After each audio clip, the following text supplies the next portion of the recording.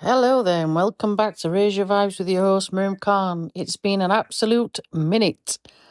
I would say it's probably been a year since I did my last podcast. Life has been busy, life has been very hectic, lots of things happening, and sometimes you need to take a well earned break. But those of you that know me will be glad to know that I am back, y'all. I am back. So today we're going to do a podcast about quite an intimate conversation, obviously with myself. So we're going to look at the intricacies of being labeled as the black sheep of the family and turning that around and becoming the alchemist or the goat that's known so much these days.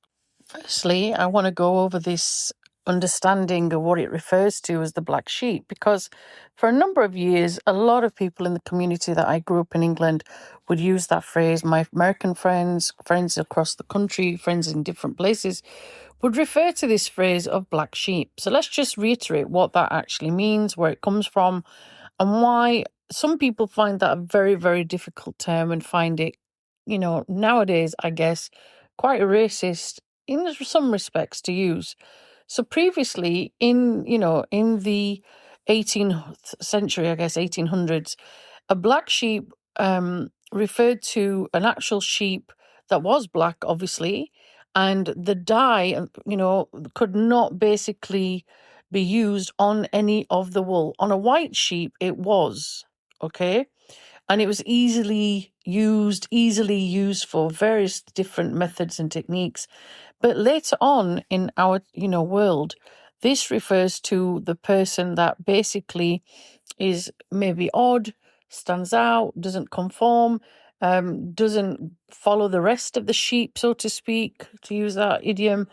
It is someone that is an outcast, someone that stands out, someone that's rebellious. It could also be someone that's a disgrace or a failure. Okay. But in a lot of cases, it's someone that basically will not follow the rest of the crowd. And society has this depiction of that person being an outcast, being horrible, being someone that we shouldn't regulate with. However, there's another side to that. Nowadays there's this thing called the narrative. And there's a lot of us that will follow the narrative to the T. We'll follow what we're given. We're following what society has told us to follow. Okay. And often at times, people that are in this situation that are classed as the black sheep in their particular family, they've culturally, maybe community wise, have brought some form of embarrassment or shame to his or her family. Even in the dictionary, if you look at the Cambridge Dictionary, it is referred to a person who has done something bad that brings embarrassment or shame to his or her family. That's quoting the Cambridge Dictionary. So even in these particular terms, it's still classed as someone that, we should not adhere to, someone that we should not follow, someone that we should not look up to. However, is that correct? Is that true? There are many, many times where we have actual scenarios where that person has actually turned their life around. They're not following what the rest of society expects them to do, and they are very much outcasts. They are very much seen as someone that we should not follow. They are seen as someone that, we should not support or help. However, the reality is that this individual, because of the situation, because of the circumstances they are in, they go to really, show everybody the wrong aspect of their vision, of their narrative. And silently, perhaps, or quite loudly, perhaps, they are doing everything they can to build their lives again, sometimes from scratch. I've had to do this. Often they've had to start with nothing several times over. Again, I've personally had to do this. Okay. And this person can transform nothing into something. And that something can be great. That something can be marvelous. That something can be outstanding. Okay. But it's just a matter of time about how we see that and how we look at that. Okay. Not everybody will understand what that process is like.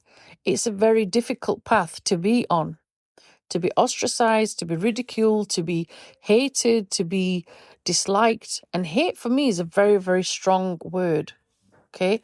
A lot of people will dislike you because you go away and you hopefully go work on yourself. You go work on you, your root trauma, your root causes of pain. You keep trying to evolve. You keep trying to break patterns of repeated, unhealed forms of yourself and your family. You try to go to maybe psychotherapy and counseling, or have very, very good, caring, supportive friends around you that is a good, solid base.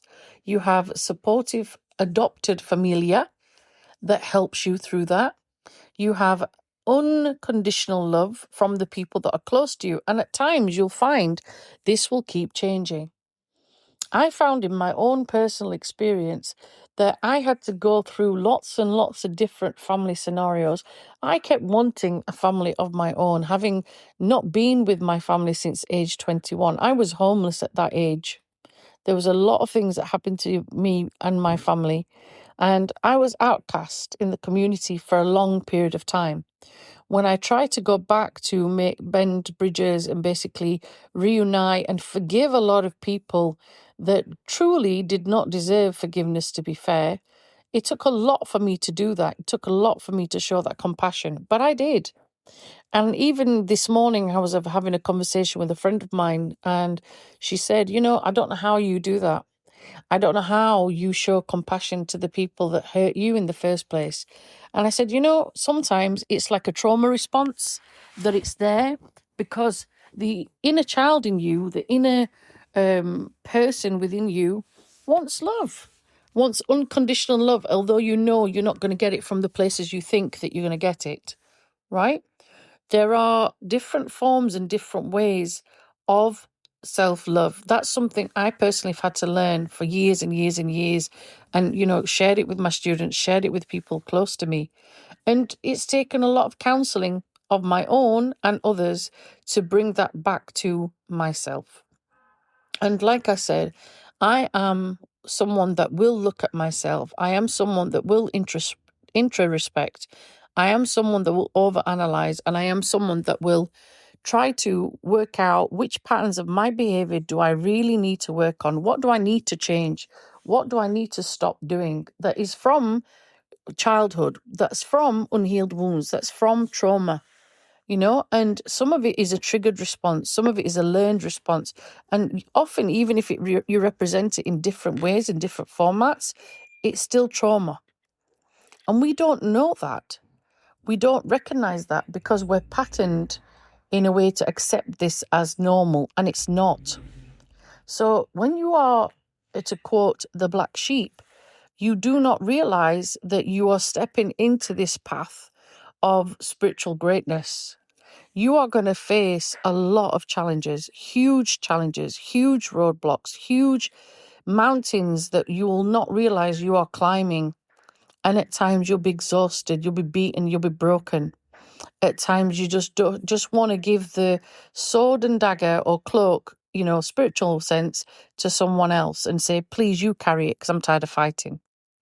There are times when you just really want to hang up that cape and call it a day. There's times when something up there, the creator up there, is pushing you to keep at it because other people will rely on your strength. And there are times you really just don't know how to say no. Something I've had to learn quite in a harsh way, But when you are the black sheep, to quote, and unquote, you are someone that is not judgmental. You love with a free heart. You don't ostracize, you don't hate, you don't dislike. You can be extremely compassionate and extremely loving and caring. And you show unconditional love to the people that have been rejected by society. There are times when your compassion will save others, even with a smile or with a grace, or even just providing 10 minutes of your time. Time, we know, is the most valuable asset we have on planet Earth. Time is something we can never get back. Money comes and goes. Your health comes and goes. Time is not something I can get back.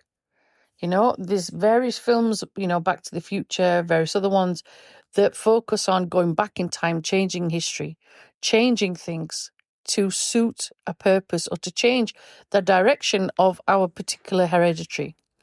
We can't do that. This is an outline of our lives we have to live. My own personal journey, when I went through these phases of being the black sheep of the family, I have suffered and I have endured throughout that journey for a long time. But what I will say is throughout that journey, when I was going through my fixing stages, which I've talked about on another podcast, you go through stages of fix, fix, fix, fix, fix, fix. And you realize that actually you need to heal within yourself and you need to heal the whole broken part of you that's there, like a splinter, you know, because really you've not healed, and you realize that you do need to heal. You do need to look at this. You do need to address those issues you personally thought you'd resolved, but clearly did not. You spend your time, as I did, finding soul tribe, soul family.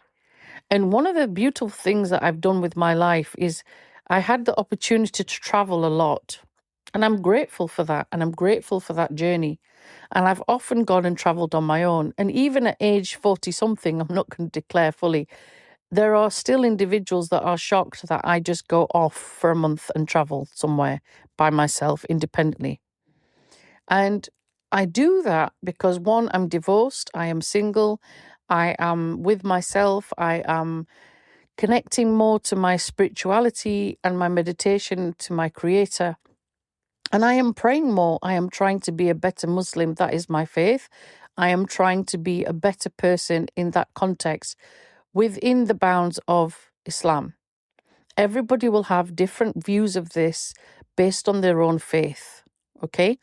But for me personally, when I've gone and traveled and seen the world, I have discovered beautiful parts of the world that's uncovered, beautiful parts of the world that I have just thoroughly enjoyed and didn't even realize that I was connecting to other souls and humans that are very similar to mine, and showing compassion and showing love and showing kindness.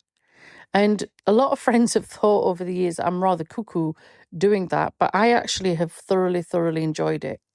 I love the independence. I love the absolute silent time that I get to ground myself and hibernate. I love being in nature. I love being with different faiths and religions because it brings me closer to mine, and it reminds me that we are all one. We have similar teachings, we have similar scriptures, we have similar understanding and morals. Some of us have leapt away from that, some of us have moved away from that. But at the heart and the core of it, we're all from one person. We just call it a different name, you know, and we have different ways of customizing it. But at the heart of it, we are all good souls. And when you are this black sheep of the family, the more that you work on yourself, the more that you are honest with yourself, the more that you are willing to break free from some of these typecasted roles and being outspoken, the more you'll make enemies. Some of these enemies will be closer to home. Some of these enemies will be amongst your ranks and you don't realize it. Some of these enemies will be cheerleaders dressed up in false clothing and false idols, and you won't know that they're actually against you, not with you, not there to support you. And we don't know because life is always a teacher. Life is always testing us. Life is always bringing things to light that we don't always realize that we need to learn. And it's up to us to recognize that. There are times, like I told you before, I have come across various soul families, various soul tribes, soul people, different adopted families. When my soul lesson was ready, I knew I had to cut ties and I had to move on because I was not resonating with them anymore. They were not resonating with me anymore. And my soul life lesson and my principles had to move forward. Other enemies that you'll have amongst your ranks is blood family line, because they don't want you to heal because they know there is going to be a huge ripple effect. You are standing in your light. You are standing in your truth. You are saying it as it is. You are the truth seeker. You are the truth speaker. And you will say what is troubling. You will address the issues that may be in your family line, ancestral line, generational trauma that's not been addressed. You'll speak up about it. You are not embarrassed about it. You are not ashamed about it. You were taught to be, you were conditioned to be, and then you stop. And you stop because you realize that you need to be the one that's outspoken. You are the one that your bloodline has waited for. You are the one that's shining. You are the one that's moving mountains. Mountains that people are too scared to move. You are the one that speaks your truth. You are the one, the chosen one. You're here to make changes. You're here to reject the darkness and bring things to light. You're here to heal yourself, your family lineage. And when you are that particular person, you're no longer the black sheep of the family. If anything, from a spiritual point of view, you are the spiritual alchemist that everybody has waited for. You are here to transform. You're here to change. You're here to break down these ego attachments. You're here to get rid of and remove the generational trauma. You're here to address it. You're here as that ancestor that will say, hey, this stops with me no more. You are the legend. You are the goat. You are the person that will liberate these others in your family timeline and those around you that still hold on to fear and limiting beliefs. And you will do it sometimes in a very, very respectful way. Sometimes you will do it in a way where it will feel like that person has been slapped very, very hard. Okay? And a lot of this comes from the spiritual alignment and spiritual, alchemist of being in a state of transformation. Your physical spirituality and mental spirituality has helped you to break down these roles and gender roles of this is what a masculine does, this is what a feminine does. No, we're all in unity together. We are equal. But there are times when some of these people around us will divide and separate and conquer. I have a lot of respect since I moved to a Muslim country. I have seen the most utmost respect for ladies here since I've been here abroad. And unfortunately, we've seemed to have lost that in the West. And unfortunately, the media will typecast and will present individuals in a particular way because there's a certain propaganda. And that separation does not allow us to unify and love and respect the male and female counterpart of what makes this universe go forward. There is a lot of love and harmony and respect between those particular groups. Okay? When we are the alchemist, we have to go through these stages of pain, of what seems like torture, mental torture, spiritual torture, breaking down many, many times, people out to destroy us, people setting out to hurt us, people really trying to get to us. And it's only through that do we stand in our truth, in our faith, in our compassion. For me, my love for my religion was attacked many, many times. And I stood in my ground. I stood in my honesty and my integrity. And I still will do that. And if anything, it brought me closer to the faith, brought me closer to Islam, made me want to go and worship in mosques more, wanted me to read the Quran more. That's my own personal journey that I'm referring to. But the individuals that are against me, are attacking me, will attack that part of my faith because they don't understand my relationship with my Creator. I am someone that will meditate more. I am someone that will, work on my inner being and will break different patterns and will break different various forms of hate that's thrown at me. And that, alchemy is something that I am trying very, very hard to keep working on, because I know that I have to be the one that will speak on the truth for others, you know? And that's the thing, that's the beautiful part of this aspect, that when you are someone that will change the generational trauma, it requires a lot of work.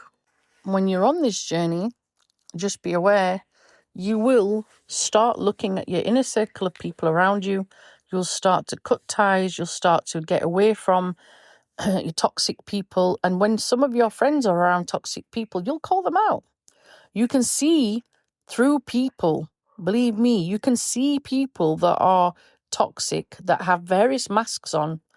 This happened to me recently. I could see the various masks and layers somebody was wearing and hid to manipulate and abuse particular people that were around me.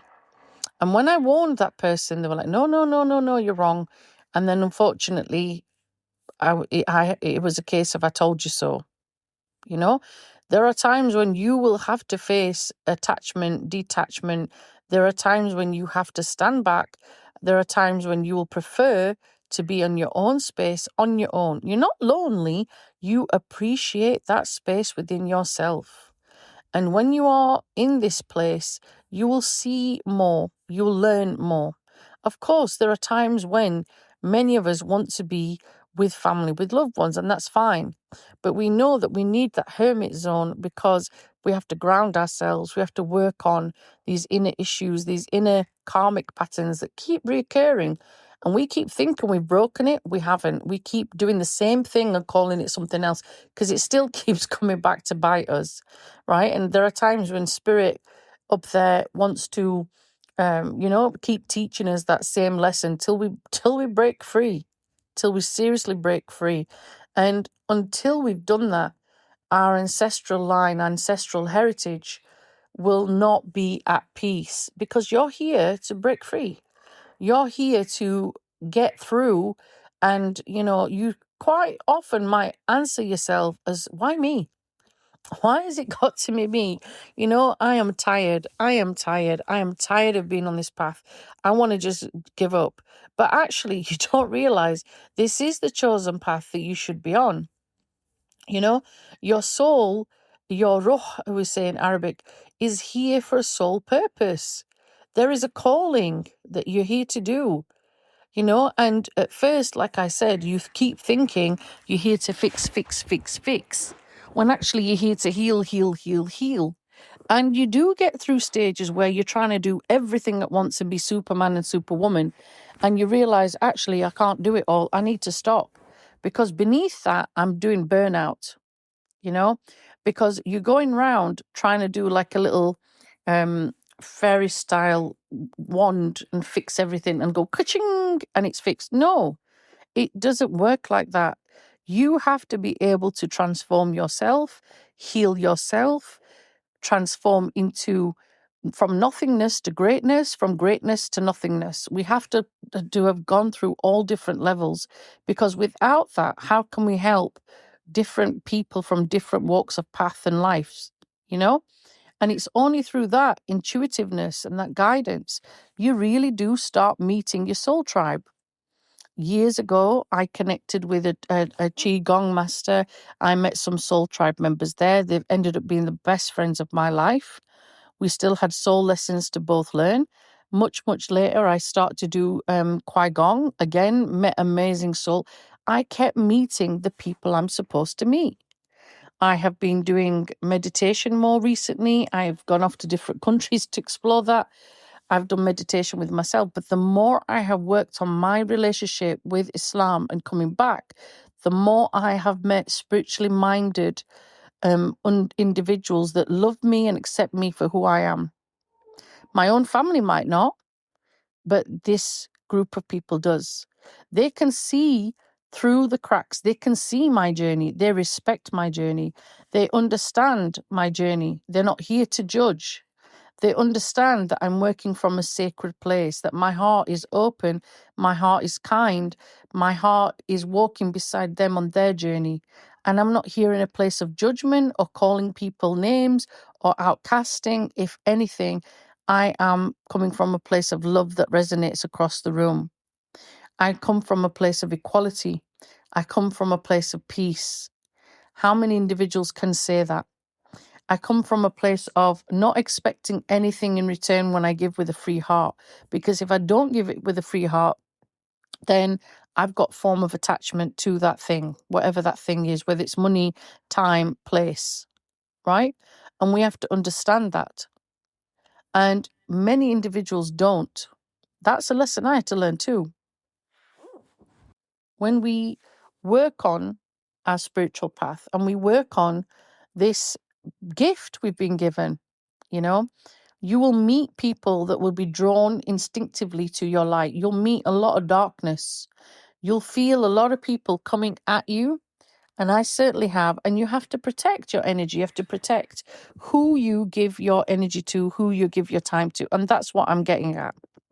There's been people I have had to walk away from because they don't serve the same zone as me. And in fact, when I'm around that type of energy, my body and my soul cannot take it. I'm being serious when I say this. There are times when I can only cope with that person at a certain length or frequency. And the rest of the time, even though I'm protecting my vibration, I have to step away, I have to step back. Because that person is toxic and that person is leaking spiritually into me. And despite the barriers, no, it doesn't align. Okay. And my own spiritual journey into spiritual alchemy is working through grief, working through burnout, working through identity, working with other individuals that sometimes are lost and need to come back to themselves. And I honor that. I deeply, deeply honor that, because without that, I would not have come back whole to myself. I am in a happier place, calmer place. Not everyone will understand that journey. Not everyone understands empathy. Not everyone understands helping people that surround us. You know, there's people now that are very, very, very, desperate for support, for love, for kindness. There's many people that are destitute. There's people that are struggling with their jobs, with money, with finances, just want to be heard, and a lot of them want justice. But there are very, very manipulative people out there, unfortunately, that will take advantage. And that's where we come in as a spiritual alchemist, because we're here to protect, serve, and honor, and be like a warrior and give that person their rights. Because we've walked their path, we've understood their path, and often we're the ones giving that person a voice, giving that person, it's called hack, their right. They are sometimes without a voice. Whether they're in a foreign country, they don't speak that country, whether their language is different, whether their education is different. The point is, you are there to support individuals that have been outcast. And I did this recently and kept it very, very low key, asked for some help from supported individuals, got it. And the individuals came back to me and said, we are constantly, constantly, constantly praying for you. We are very, very poor financially. We cannot help you back financially. My response was this: I don't expect anything from you financially, because I was taught from a very, very young age, if you can't give something freely, you formed attachment to it, then don't give it at all, because it loses its purpose and meaning. And if anything, when you give with a free heart, without conditions, with unconditional love, and whatever you give, you do it because you want to support that person and growth. You're not doing it for any expectations of anything back. If that person decides to pray for you, this is a beautiful, beautiful, beautiful acknowledgement. And it's a beautiful prayer. And what I had to say to this individual was, you're measuring yourself wrong, because you're measuring yourself and your worth through finances. You're saying you don't have much money, that you are poor, but you're actually not poor in your heart. You're not poor in your soul. You're not poor in your prayer. You're not poor in the way you conduct yourselves in the community. You are rich beyond doubt, but you need to change your whole language. You are rich in basically being a good human. You are rich in sisterhood, brotherhood. You're rich in how you deal with other individuals. You are rich in patience, because I personally couldn't have kept my tongue quiet with the injustice that you have suffered. And this is the beauty of the journey that we face as spiritual alchemists. You will come across individuals that will need support, that will need love, that will need shelter, that will need support. And it's up to us to support them on that journey where we can without burnout, you know? And these people, whether they are coming into your life for 5 minutes, 10 minutes, an hour, years, you just know that there is a huge ripple effect because you gave up something precious, time. You gave up your time to listen to these individuals, help them in any way that you could to support them in growth, because that's what you're here to do. Your journey is way bigger than the dysfunctional family that you're placed in.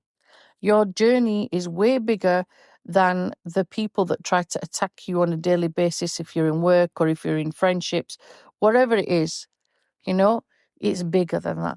And it's about you registering and understanding that journey.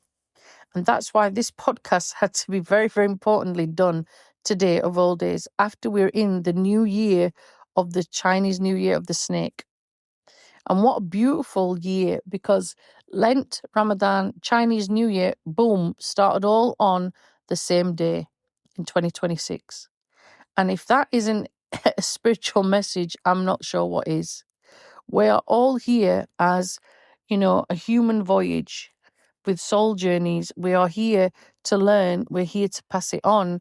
We're here to help mankind and womankind. But it starts within, and it starts with the divine love. And divine love to our Creator above, and, you know, the one that looks after us, that have brought us here for a reason. So if you are listening to this and you are definitely resonating with this, just understand there's a bigger purpose to your journey, a huge one. I'm still working on mine. I'm sure there's many, many people out there still on this, you know, the path of theirs. But some of us are climbing the mountains. Some of us now are at a plateau where we are helping others cross across the bridge. So if that resonates with you, please continue, because you're here for a big purpose. I love you. I respect you. Sending blessings. Reach out to me if you need to do so through my Sprout channel. Much love, much respect, and sending lots and lots of blessings and love and support to the fellow black sheep turning into a spiritual alchemist. Respect. Bye for now. This has been Miriam Khan at Raise Your Vibes.